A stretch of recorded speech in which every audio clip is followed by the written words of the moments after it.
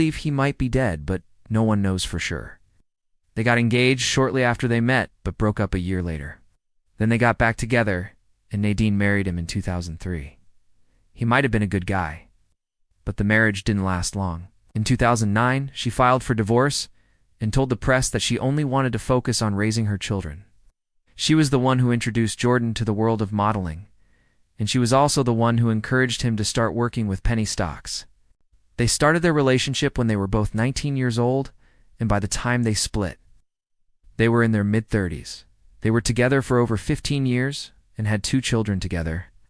But the thing is, she probably never loved Jordan. Sure, she married him and they had kids, but all signs were pointing towards the fact that she only loved herself.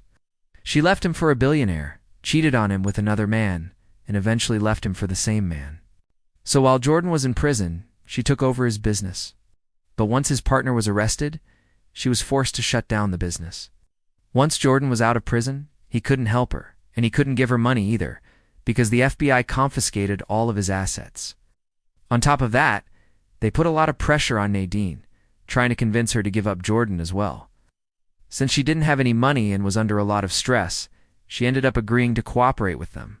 She divorced Jordan and gave up all of his secrets. She even testified against him in court and told everyone what he had done. Donnie was one of the people he gave up, but Donnie never found out. He was released from prison in 1989 and had no idea that Jordan had set him up. He probably assumed that his friend had gone to prison because of him, because that's what happened to him. Jordan never forgot about Donnie and what he did for him. So once he was released from prison, he repaid his debt by starting a new business for him. Jordan asked Donnie if he wanted to open up a legitimate business together. But Donnie declined his offer and said that he preferred working on his own. So Jordan helped him out financially and opened up a restaurant for him. No, he was also successful because he was making money by manipulating the market.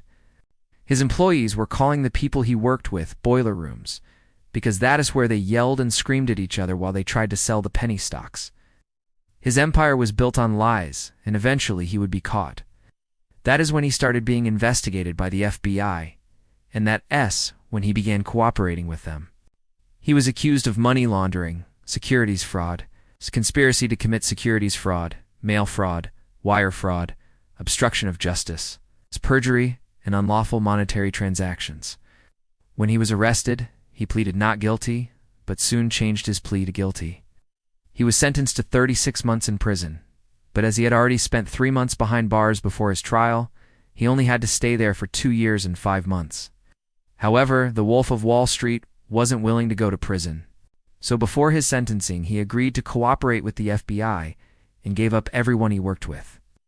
In total, 40 people were charged with crimes, 34 of which pleaded guilty, and 6 were found guilty at trial. He gave up his friends and family in exchange for a lighter sentence. However, there were some people who never got caught, and now it seems like one of them has vanished. We don't know if he's dead or alive, but we do know that he was last seen getting into a black SUV, and then nobody saw him ever again. Today, we will take a look at what happened to the friend who disappeared after Jordan Belfort's trial. If you want to find out more, stay until the end. Jordan Belfort was the son of a stockbroker. His father had an important job and had money. However, his parents divorced when Jordan was only 2 years old. He grew up together with his brother and their mother.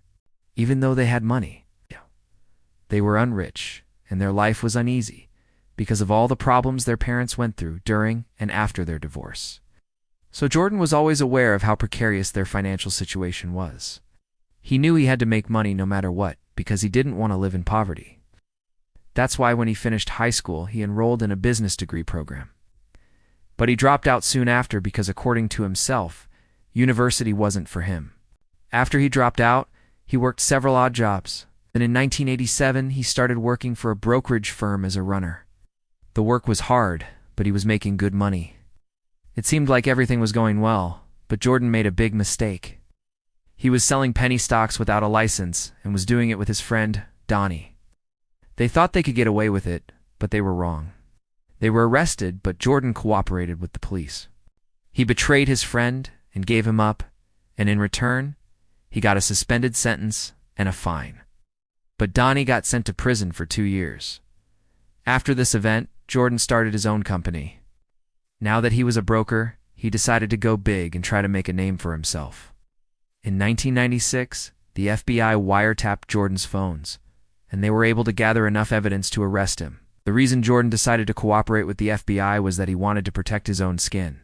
While Jordan was still cooperating with the FBI, his partner was arrested. When all of this happened, Jordan lost his house, his cars, his cash, his businesses, everything. We can only imagine how difficult it must have been for her to leave Jordan. But let's get back to Donnie. Where is he today? It's unclear what Donnie is doing today, but the last time anyone saw him, he was getting into a black SUV with tinted windows. The mafia was a family business for generations, but their way of life came crashing down when a young woman named Lucy walked into a police station and exposed the dark secrets they had been hiding for so long. What did the mafia do to her to make her betray her own family? You're about to find out. But before we begin, be sure to subscribe if you haven't, so that you won't miss any new stories. Just like her brother, she would become a made woman, a full-fledged member of the family. If she ever revealed any of the family's secrets, she would be killed, most likely by her own brother. While she hated what she had to do as a member of the family, she loved her dad and Michael too much to betray them. His clothes were rumpled, and there were dark circles under his eyes. She told him everything, and together they came up with a plan. Lucy would go to the police station and get her dad to confess to all the crimes they had suspected him of. The detectives stood up and motioned for the officers to cuff Lucy's dad. He didn't deserve that. Respect for elders, loyalty to family, and above all, protecting the ones you love. In that moment, she realized that her dad had done what he had to do because he loved her. He had taken the fall for her so that she and her family could live a normal life. He had taken the bullet for her. The detective looked at Lucy and said, "He did what he had to do to protect you and your family, just like you should have done." "How did it go?" he asked. His voice was tight with worry. Lucy looked at her brother and said, "Dad took the fall for us," he confessed. Michael's face drained of color. "What? Why? Why would he do that?" Lucy shook her head. "I don't know, but I think it's because he loved me. He wanted me to have a better life." Michael stared at the floor. "I should have known," he whispered.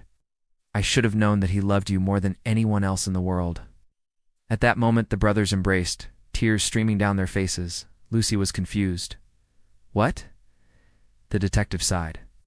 "Your father loved you." The family was in shock. They couldn't believe that their beloved Don Corleone had betrayed them.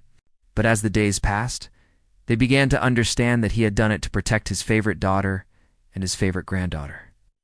Lucy eventually left the mafia life behind and started a new life for herself and her children. She never forgot her father and the sacrifice he had made for her. Every day she would visit his grave and tell him all the things she wished. She had told him while he was alive. He didn't want you to live a life of crime anymore. He wanted you to come clean and start over. Tears welled up in Lucy's eyes. She had never known her dad to be a coward. Why would he protect her and her family by confessing to crimes he didn't commit? "It's over, Corleone. You're coming with us." Lucy's dad looked at Michael and mouthed the words, "I'm sorry." Then he turned back to the detective and said, "You win." Lucy couldn't believe her ears. Had her dad just confessed? Why? Why would he do that? What had she missed? That way they could get him locked up and put an end to his snitching. When she told her husband she was going to do this, he tried to talk her out of it. "Don't be an idiot, Lucy. Do you really think he'll confess? He's a hardened criminal. He won't give up easily." But Lucy was adamant. She had made up her mind. If her dad had turned rat, then he deserved to be treated like one. When he saw Lucy, his face lit up with relief. "Lucy, I need your help. Please," he said, his voice hoarse. This was her chance to finally do something good with her life. As she walked through the door, she saw her dad sitting in a chair opposite a detective. When he saw her, his face drained of color. He tried to speak, but no words came out. The detective looked up from his notepad and gave Lucy a warm smile. "Mr. Corleone, I presume," he said. "We've been expecting you." Lucy nodded and took a seat. The detective leaned forward and said, "All right, let's cut to the chase. Where's the money, Mr. Corleone?" Lucy's dad shook his head. "I don't know what you're talking about," he said. The detective sighed. Don't play games with me, Corleone. We know you've been laundering money for the Russian mob. Hand over the cash, and maybe we'll cut you some slack. Lucy's dad remained silent. The detective turned to Lucy and said, Maybe you can convince your father to cooperate. After all, you are his favorite. Lucy was taken aback. How did the police know all this? Had her dad already spilled the beans? She looked at her father, but his expression was unreadable. Suddenly she had a realization. Her dad hadn't turned rat. He had been set up. Someone had framed him, but who and why? Before she could ask any questions, Michael took Lucy aside and whispered, Dad's gone to the police. He's turned rat. Lucy was shocked. Her dad? A rat? How could he have done this to the family? To her? She could see the fear and desperation in Michael's eyes, and her heart went out to him. He was always the hothead, the impulsive one. She had never seen him afraid before. She didn't want to disappoint him. She didn't want to disappoint her dad either. They were family, after all. But what was she supposed to do? The thought of betraying her own flesh and blood sent shivers down her spine. So she kept quiet, even when she witnessed things that disgusted her. She didn't exactly jump for joy at the news, but she understood that refusing wasn't an option. She got married to another member of the mafia, and had 2 beautiful children of her own. Yet she never forgot the uneasiness she felt during that ceremony all those years ago. One night she decided to open up to her husband about how she felt. I know we can't go back now, she said, but I wish I could tell someone about all the awful things I've seen. Her husband listened patiently, and then he spoke. You did what you had to do, Lucy. Now you have a family of your own to think about. Don't dwell on the past. It's not going to change. His words made sense, but still, a part of her could unhelp but wonder what would happen if she did reveal what she knew. Would the police believe her? Would they protect her and her family? Or would they see her as just another mafia princess trying to save herself? On the day of the ceremony, Lucy wore a gorgeous white gown.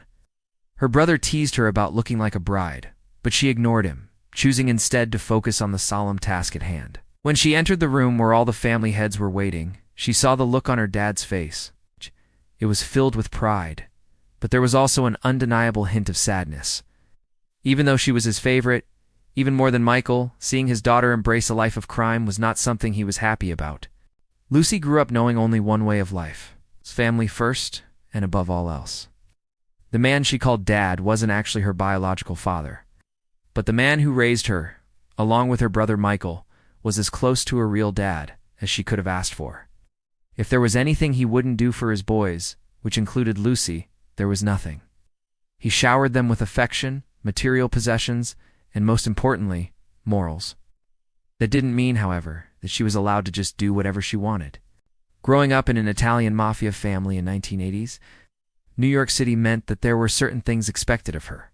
She learned from a very early age that respect for elders and loyalty to family came first. And if she or Michael ever broke those rules, they would face severe punishments. She saw it happen to other members of the family, and knew that she and her brother were unexempt from the rules. When Lucy turned 18, her dad told her that it was time for her to take her place in the family. During the ceremony, she had to swear an oath of loyalty and secrecy. Years passed, and Lucy became a formidable member of the family. One day, Michael showed up at Lucy's house. He looked terrible. As soon as Michael left, Lucy went to see her husband. The next day, Lucy went to the police station alone. She wasn't scared. Just then, Michael burst through the door. "Don't say a word, Lucy," he hissed. After her dad was taken away, Lucy went to see the detective. "Why? Why did you do it?" He didn't have to do that." As she made her way home, Lucy thought about everything her dad had taught her. When she got home, she found Michael waiting for her. The next day, the news broke that a notorious mafia boss had turned rat and confessed to a lifetime of crimes. Crime and mafia are two different things, but they have one thing in common.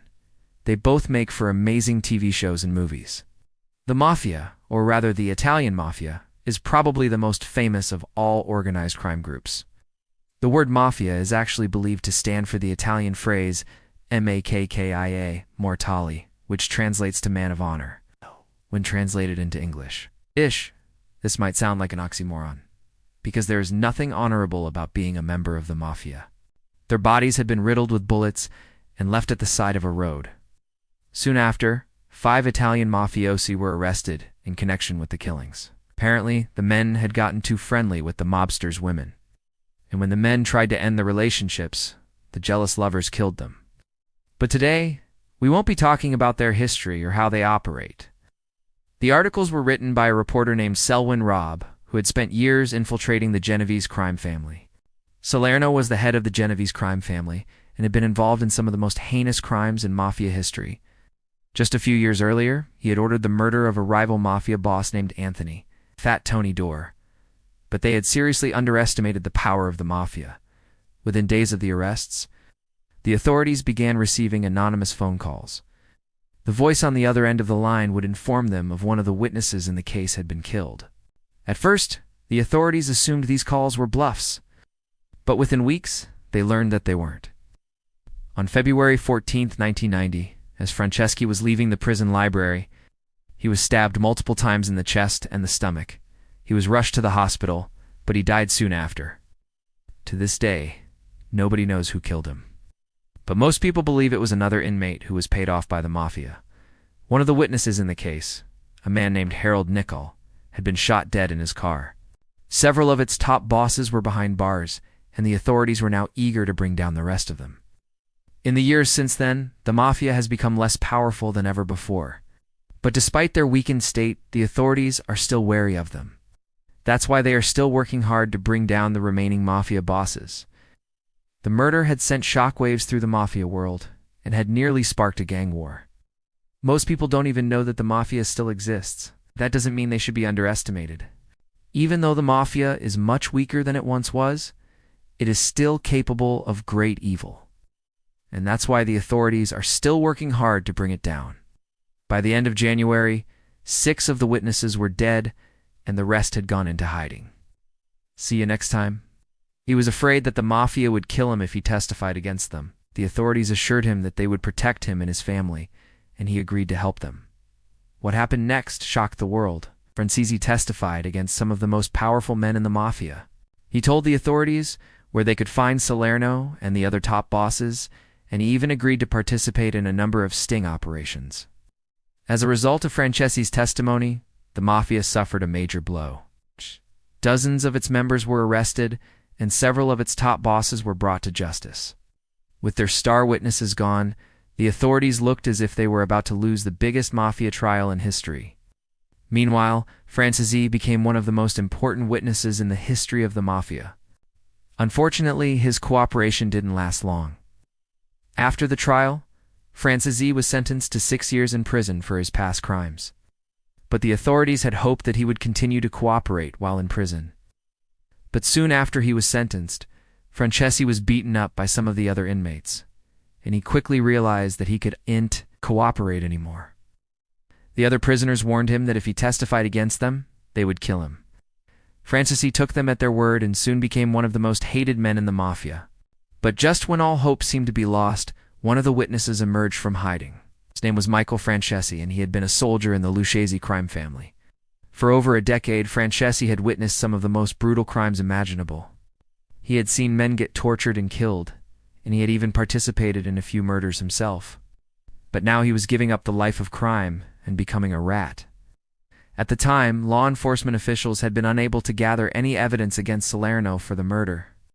But now that they had proof that Salerno was the boss of one of the 5 crime families in New York, they were eager to bring him to justice. Robb's articles revealed the names of hundreds of mafia members and the crimes they had committed. To the general public, this was a bombshell. But to law enforcement officials, it was music to their ears. Suddenly they knew exactly who to arrest if they wanted to break up the mafia. Instead, we will be looking at a particular case that could put an end to the mafia as we know it. This is the story of mafia. One witness changed everything. Although this wasn't the first murder of a GI, by the mafia, it was the first to receive widespread media attention. In the years that followed, hundreds more GIs would be murdered by the mafia. Members of the mafia are murderers, extortionists, and human traffickers who prey on some of the most vulnerable people in society. He was one of the most powerful men in the mafia and had a thick web of informants and assassins watching his every move. If the authorities made one wrong move, Salerno would likely order a hit on them. As a result, the authorities decided to play their cards close to their chest and secretly indicted Salerno along with 61 other mafia members. On December 11, 1984, the indictments were leaked to the press, and the following day, 46 of the 62 men were arrested. The remaining men were either too high-ranking or too elusive for the FBI to get a handle on. Among them was Salerno, who had vanished without a trace. Very mention of it evokes images of gangsters, murders, and blood feuds that have been immortalized by some of the best movies ever made. The Italian mafia originated in Sicily. Although the mafia has existed for centuries, its modern incarnation started to take shape after World War II. At that time, American soldiers stationed in Italy were introduced to the mafia and quickly became enamored with their flashy lifestyle.